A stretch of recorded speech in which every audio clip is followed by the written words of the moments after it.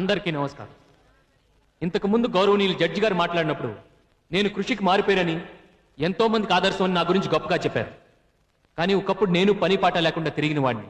అప్పుడు మా నాన్నగారు అనేవాడు, తాతలు సంపాదించిన ఆస్తులతో జల్సా చేసేవాడు వంశోధారకుడు కాడు, కష్టపడి సంపాదించాలి, కష్టంలో ఉన్న వాడిని ఆదుకుని అందరూ మెచ్చుకునేలా జీవించాలి అని. 10 మందితో పాటు బతకడం గొప్ప కాదు, 10 మందిలో నువ్వు ఒకడివి అని గుర్తింపు పట్టడం గొప్ప అని చెప్పేవాడు. ఆ రోజు ఆయన చెప్పిన మాటలే నా విజయానికి మెట్లయ్యాయి.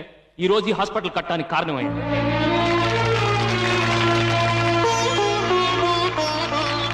ఉలి దెబ్బకు బాధపడితే శిలశల్పం కాలేదు, దున్నేటప్పుడు బాధపడితే నేల కడుపున బంగారం పండదు. అలాగే తండ్రి కొట్టాడనో తిట్టాడనో పగ పెంచుకుంటే ఏ కొడుకు అభివృద్ధిలోకి రాలేడు.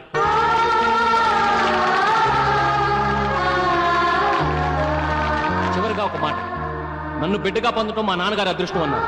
కాదు, ఆయన బిడ్డగా పుట్టడం నా అదృష్టం.